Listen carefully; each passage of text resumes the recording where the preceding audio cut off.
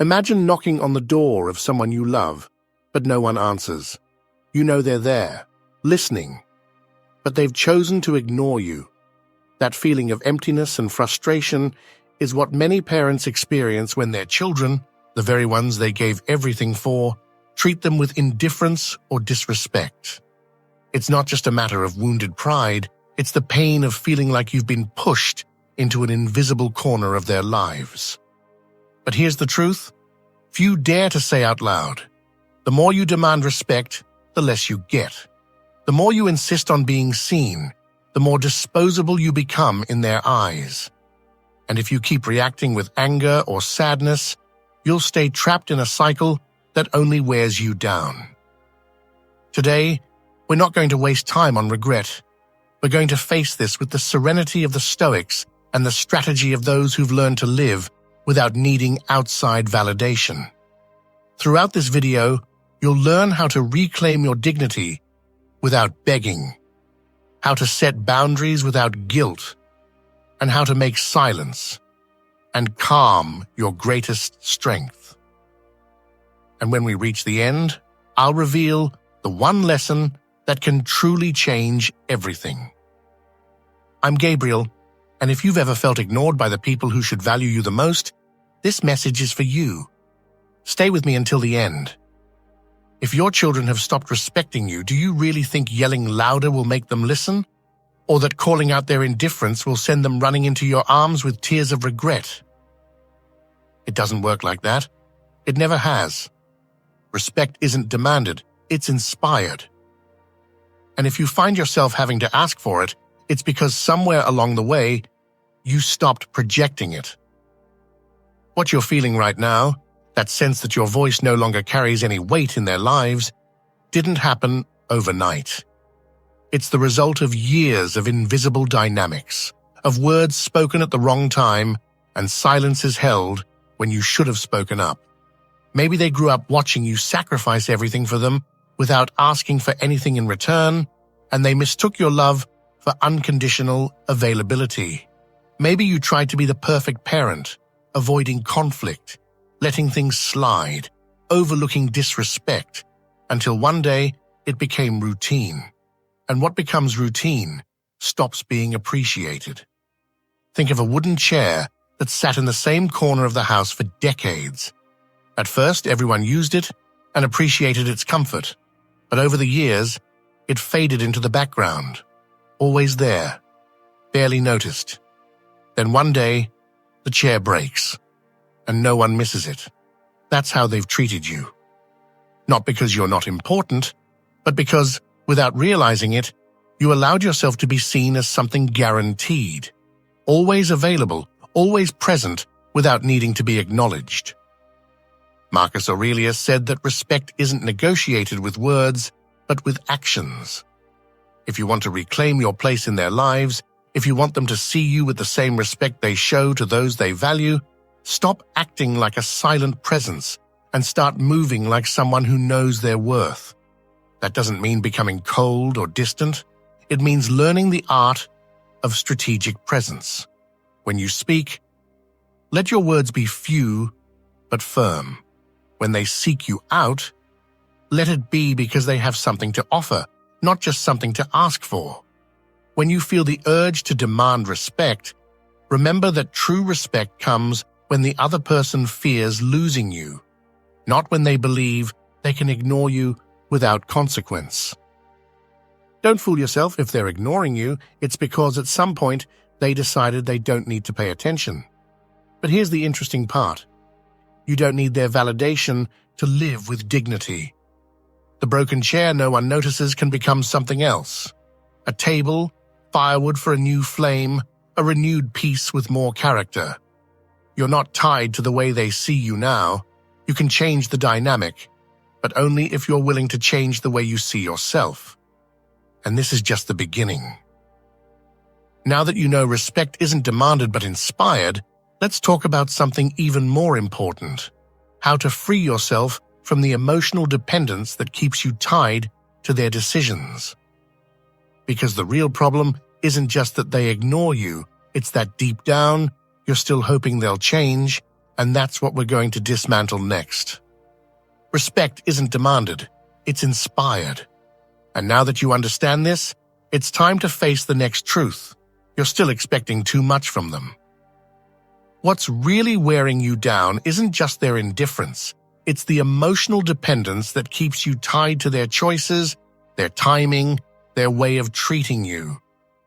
If they ignore you, if they rarely call, if they speak to you coldly, why are you still giving them the power to dictate how you feel?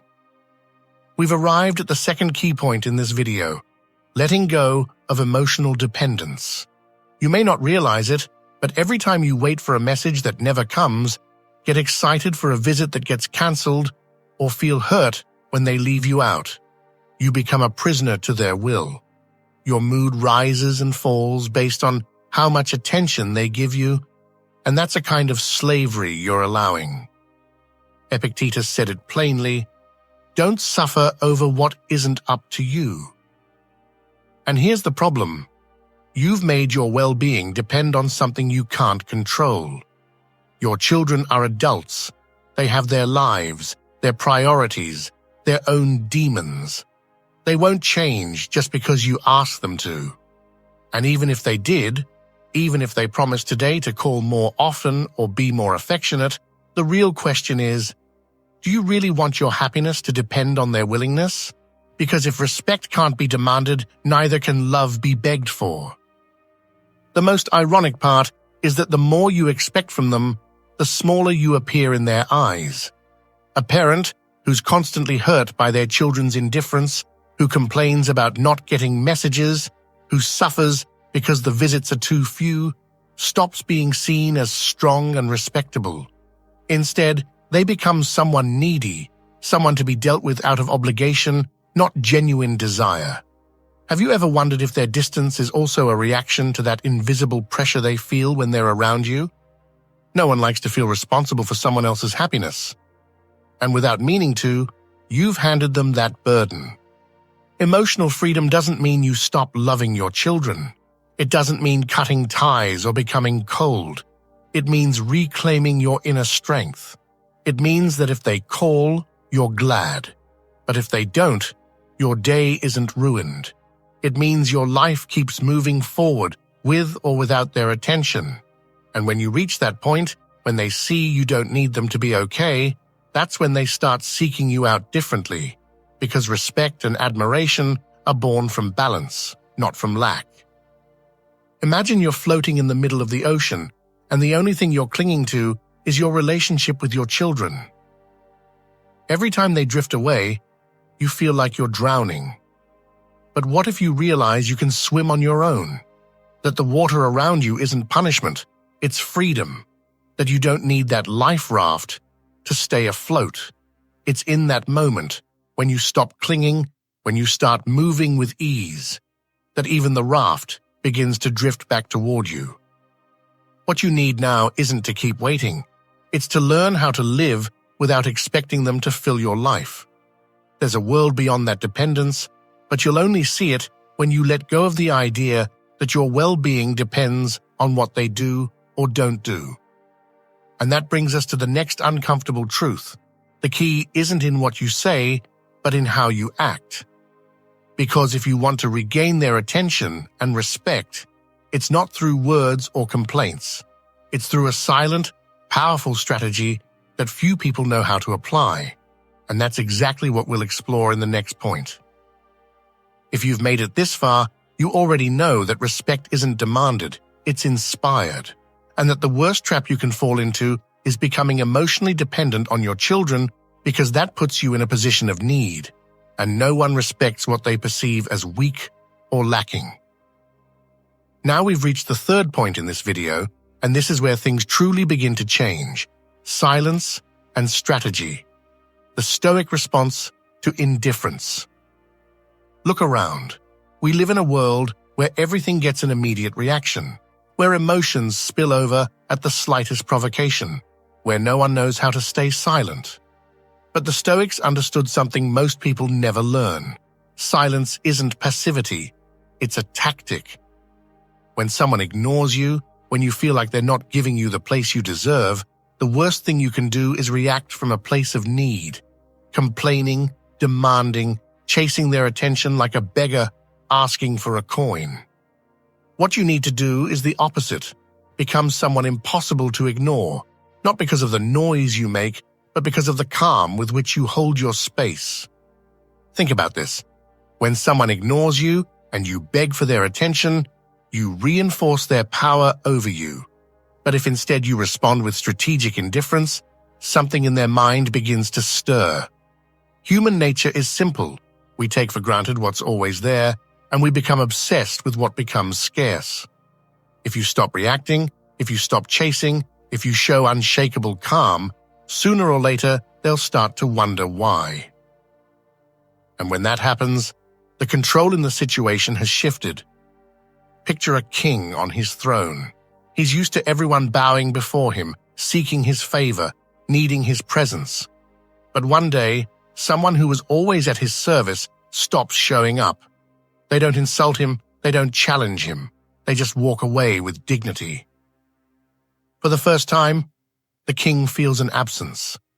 He starts to wonder what happened, why that person is no longer paying attention to him. And suddenly, the one who had all the power is now unsettled. That's how the psychology of detachment works. It's not about punishing anyone or playing games. It's about becoming so grounded in your presence that your absence is felt. But be careful. This only works if it's real. If you pretend to be detached while secretly hoping they'll call, the truth will eventually seep through. You have to believe it. You have to reach a point where your peace doesn't depend on their messages, where you can enjoy your day without wondering if they remembered you. Not to hurt them, but to free your own mind from a chain that's held you prisoner for years.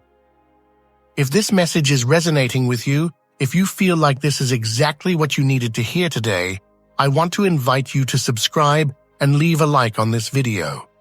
Not just because it helps this message reach more people, but because it's a way to commit to yourself, to take back control of your life. And let me know in the comments, what country are you watching from? I want to see how far this community of people learning to live with dignity and strength can reach. Also, type this phrase to affirm it. My peace doesn't depend on anyone. And stay with me until the end, because what I'll share in the final lesson might completely change the way you deal with the indifference of others. If you've understood the importance of silence and strategy, you've already taken a crucial step. You've stopped reacting like a victim and started reclaiming your power. But all of this will mean nothing if you're still trapped in the worst prison of all, guilt. We've reached the fourth point of this video, and it's time to talk about something that keeps you chained without even realizing it, breaking free from the guilt that holds you back. It's a voice you've carried inside for years, a shadow that lingers behind every decision you make. Maybe I was too hard on them when they were little. Maybe I didn't give them enough. What if I pulled away at the wrong time? What if it's my fault they ignore me now? Guilt is a silent disease. It disguises itself as responsibility, as love, even as conscience. But in reality, it's just a mechanism of control that stops you from moving forward. Since we were young, we were taught that being a good parent means sacrificing endlessly, giving everything without expecting anything in return, enduring any treatment in the name of love. But here's the problem. This message, which sounds noble in theory, becomes a chain in practice. It makes you believe that any act of independence on your part is abandonment, that if you demand respect, you're being selfish, that if you distance yourself, you're the villain of the story. And so, you stay. You tolerate the disrespect, the coldness, the dismissive attitude, justifying it with phrases like, well, they have their own lives, or maybe I brought this on myself. But guilt has an even more devastating effect. It makes you vulnerable to manipulation. Your children, maybe without even realizing it, have learned to use it against you. A subtle comment about how little you did for them, a distorted memory of a mistake you made, a look of reproach when you try to set boundaries. And instantly, you give in. Guilt is a powerful tool because whoever controls it controls the person who feels it. And as long as you carry it, you'll remain trapped in a relationship where you're always at a disadvantage. But here's the truth you need to hear. Perfect parenting doesn't exist. There is no father or mother who never made mistakes. Everyone did the best they could with what they had at the time. And your children, if they've matured enough, should be able to understand that. If they're adults now and still dwell on your past mistakes without acknowledging your efforts, the problem isn't yours, it's theirs. And you can't spend the rest of your life carrying a guilt that no longer belongs to you. Seneca said, "We are more often tortured by our imagination than by reality." And this is the key to setting yourself free. Stop measuring your life by the judgment of those who haven't walked in your shoes. Look at yourself honestly. Were you a perfect parent? No. Did you try? Probably yes.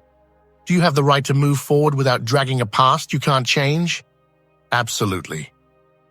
Guilt isn't love. Guilt isn't responsibility.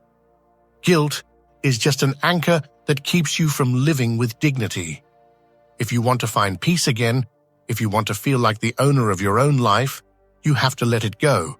Leave it behind, like someone dropping unnecessary weight on the road.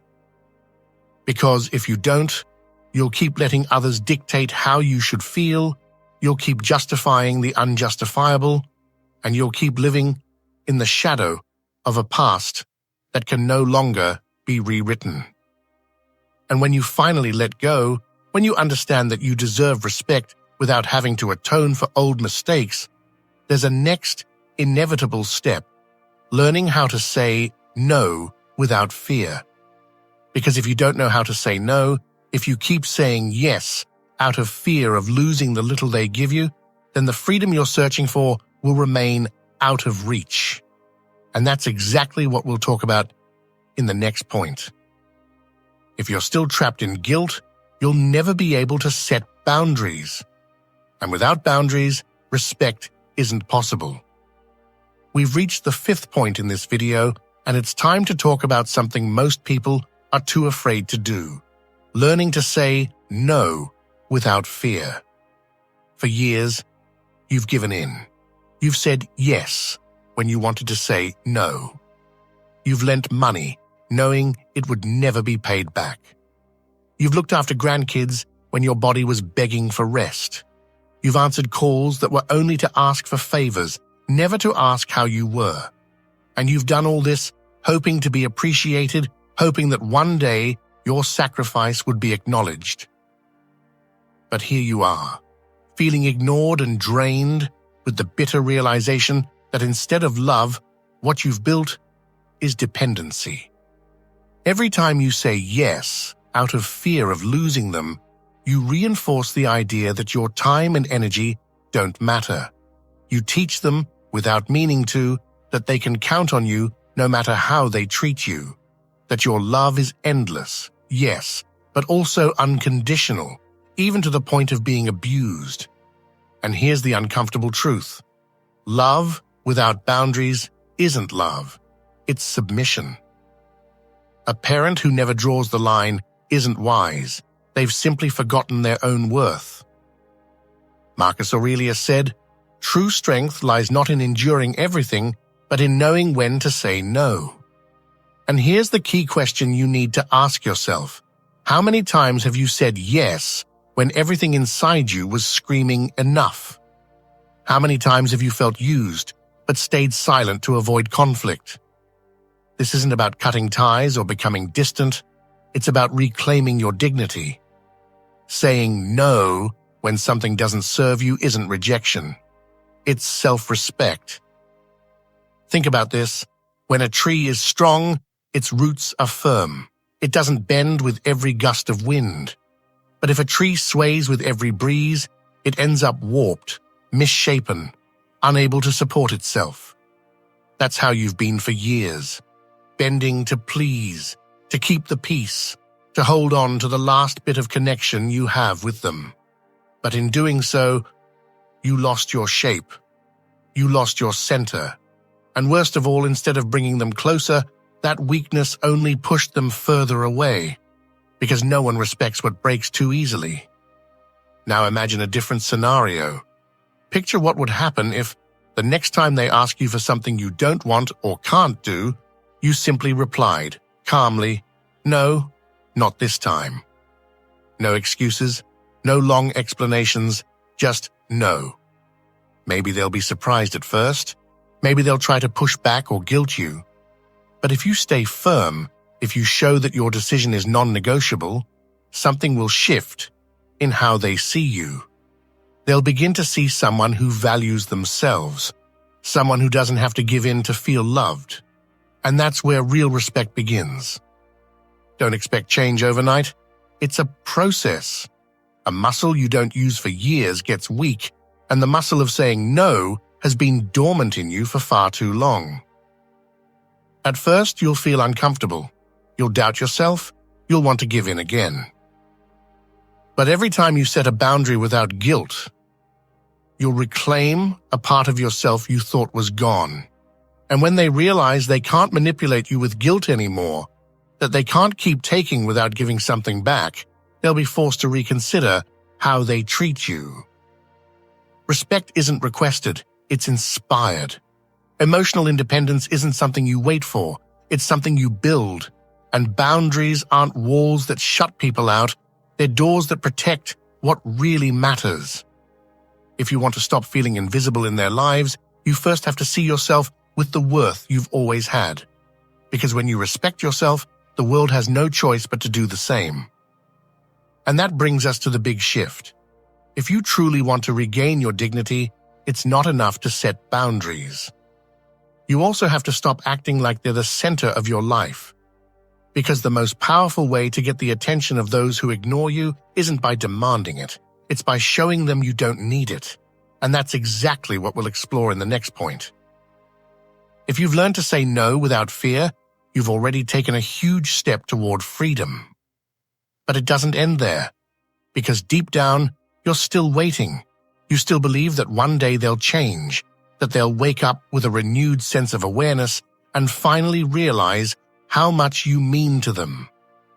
That quiet hope is the last chain you need to break. We've reached the 6th point of this video, and it's time to face a truth few are willing to accept. Build a life that doesn't depend on their presence. Close your eyes for a moment and picture your daily routine. From the moment you wake up to the moment you go to bed, how much of your time is shaped by what they do or don't do? How often do you check your phone, waiting for a message that never comes? How many plans have you postponed because deep down you're still hoping to be included in theirs? How many days have passed where you felt invisible while their world kept spinning without you? If you keep building your life around their recognition, you'll always remain a shadow in theirs, because people don't value what's always there without effort. Admiration doesn't come from silent sacrifice or endless patience. It comes when someone sees in you a full, independent, interesting life and starts to wonder when they stopped being part of it. That's the key. If you keep orbiting around them, they'll never be curious about you. But if you step away and start living for yourself, sooner or later they'll wonder what they're missing. Think of someone who spends every day lamenting that their kids don't visit. Their house is a quiet place, filled with old photos and fading memories, but no new experiences. They sit in the same chair, repeating the same thoughts, waiting for a call that never comes. They've become a ghost in their own life. Now imagine someone else, someone who has chosen to fill their days with things that nourish them. They wake up early because they have something to do, something they care about, something that keeps them moving. They surround themselves with people who add value to their life, even if they're not family. They learn new things, take care of their body, and allow themselves to enjoy life without guilt. Which of those two people do you think will earn the respect of others? Which one do you think their children will want to call when they see them thriving, with their own projects, living a life that moves forward without them? The difference between the two isn't luck or circumstance, it's a decision to keep waiting or to start living. I know this hurts. I know accepting that they are no longer the center of your life might feel like a betrayal of what you once imagined for your family. But here's the question that really matters. How long are you going to keep waiting? How many more years will you waste in the nostalgia of what was, in the expectation of what should be? Life doesn't stop just because they've stopped looking for you. You are the only one who can decide whether you'll make the most of the time you have left, or stay chained to a hope that may never come true. The answer is in your hands. And now comes the final lesson, the most powerful of them all. Because if you think they'll notice your absence just because you've stepped back, you're wrong. There's one definitive way to make them realize what they've lost, and that's the silent revenge of success. And that's what we'll talk about in the next point. If you've come to understand that your life can't revolve around their presence, then you've already broken the biggest chain. But it's not enough to stop waiting. It's not enough to let go of guilt. It's not enough to learn how to say no. If you truly want to regain respect, admiration, and in some cases, even the attention of those who now ignore you, there's one final key that few people know, and it changes everything. We've reached the 7th point of this video, and it's this: the silent revenge of success. Here's the truth no one tells you. There's no better way to make someone feel your absence than by showing them, without saying a word, that you never needed them to shine. Most people who feel ignored or pushed aside make the same mistake. They play the victim, they complain, they try to get attention through guilt or nostalgia. But that only widens the distance, because no one wants to carry someone else's emotional burden. On the other hand, when someone steps back without bitterness, disappears without drama, and focuses on themselves instead of seeking explanations or redemption, that absence hits differently. It becomes a silence that speaks, one that can't be filled with apologies or pity, only with a growing awareness of what's been lost. Think of someone you once took for granted, a friend, a sibling, a partner. For years they were there, always available, always present, always waiting, and then one day, without warning, they weren't. Not because of an argument, not because they demanded anything, but simply because their life moved forward without you. Suddenly, their absence wasn't just absence. It was a reminder that their world never revolved around yours. And in that moment, your indifference turned into curiosity. The certainty that they'd always be there turned into doubt. And the comfort of knowing they'd never leave became a haunting question. When did I lose them? That's the strategy, not the childish revenge of ignoring those who ignore you, not pride disguised as resentment, but the undeniable power of showing that your life is full without them. And if one day they reach out, if they try to rebuild what they let fade, let it be because they see something in you that's worth coming back for, not because they feel sorry or guilty. But for this to work, you have to ask yourself one final question, the hardest of all. Are you really going to do this? Or when this video ends, are you going to slip back into your old routine, waiting for a call, checking your phone, wondering what you did wrong? Because everything you've heard here means nothing if you don't make a decision. If you keep making excuses, if you keep waiting for miracles, if you keep handing over your peace to people who've already shown they don't know how to value it. Marcus Aurelius wrote, "The best revenge is to be unlike those who've wronged you." And that's what I want you to remember. You don't need them to change. You don't need them to apologize. You don't need them to come back. All you need is to live in a way that's so full, so calm, and so dignified that one day They stop and wonder how they ever let you go. Because when that day comes, when their curiosity turns them back toward you, you won't be the one needing them anymore. They'll be the ones wondering if there's still a place for them in your life.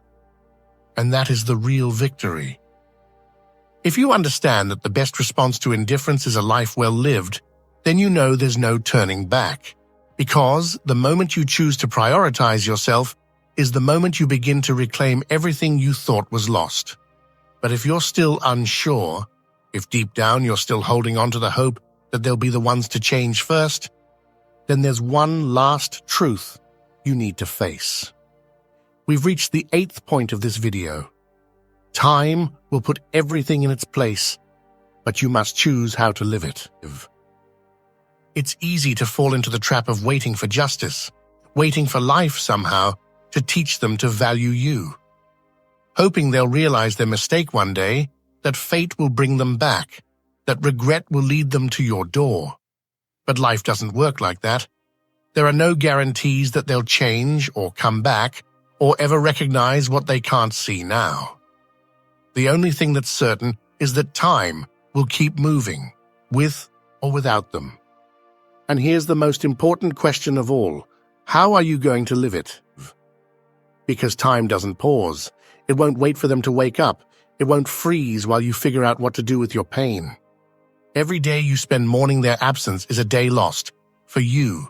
A day you could have laughed, learned something new, discovered that life doesn't end just because someone stopped paying attention.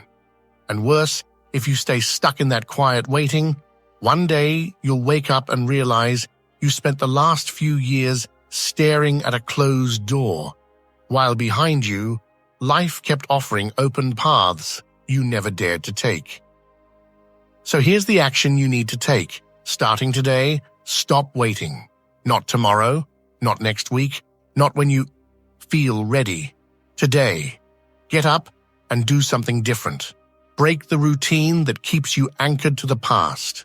Make a call that isn't to them. Start a project without wondering if they'll be proud. Begin to live in a way that doesn't revolve around their approval.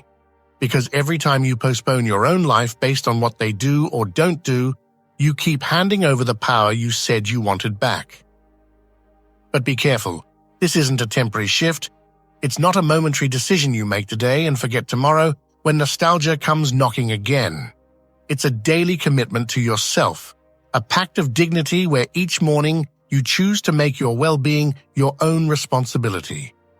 And to do that, you'll need strength. There's no room for weakness, for self-deception, for excuses dressed as patience. If you truly want to change, you will. If you truly want your peace back, you'll stop waiting and start acting. Time will show them what they can't see now. But when that moment comes, when time does its work, you won't be in the same place. You'll be someone who learned to live without needing anyone else. And if they return, it will be because they genuinely want to, not because you waited with empty hands. The only question left is this: are you going to keep wasting time waiting for answers that may never come? Or will you finally start filling your life with what really matters? Because the clock is ticking, and the choice, as always, is yours. We've arrived at the 9th point of this video, and this is where many people fall behind.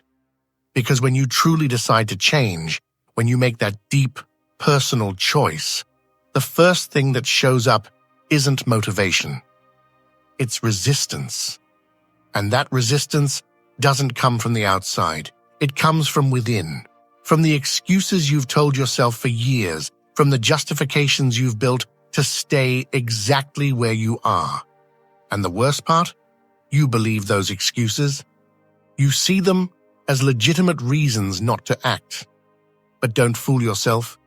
They're just illusions, mental traps that keep you stuck. But they're not real. And as long as you cling to them, you keep mortgaging your own life.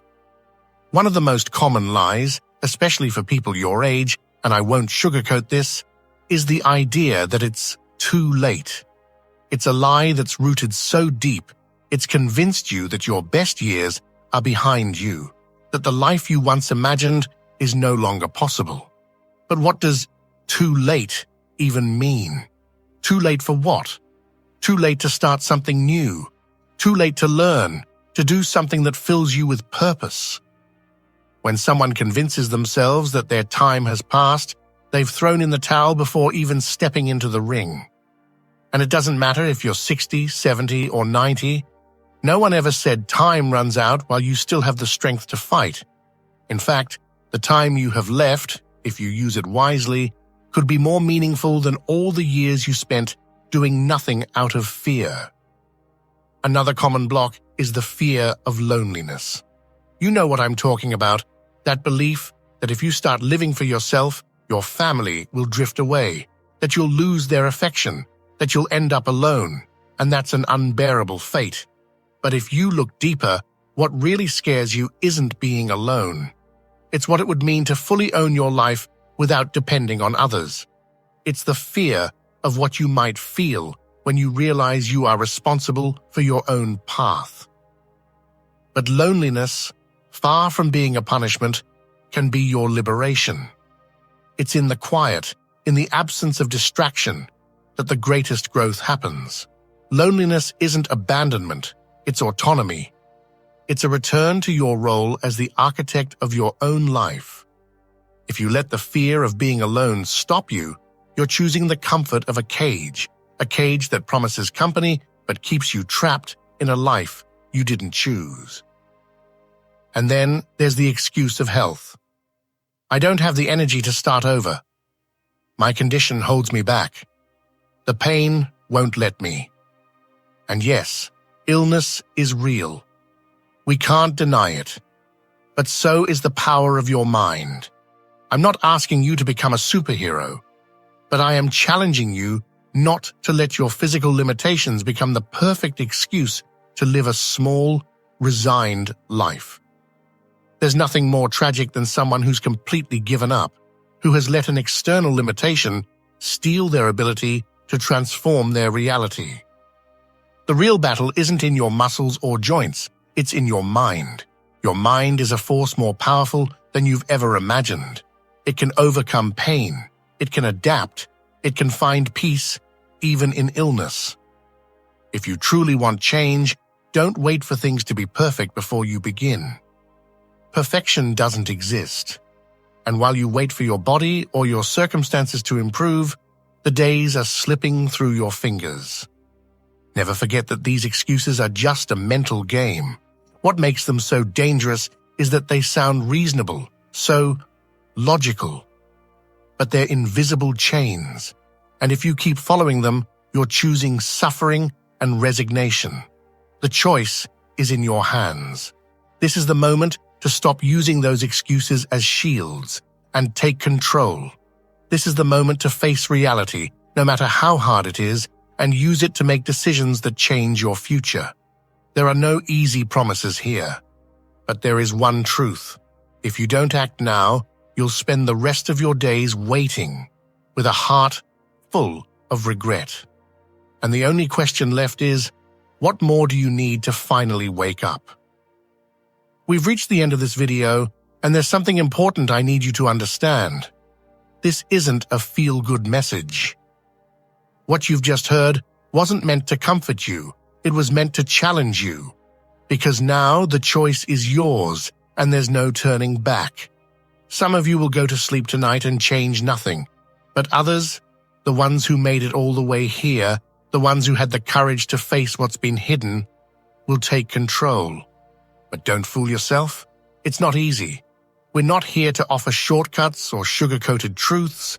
Real change takes willpower. It takes the strength to face reality with the toughness life demands.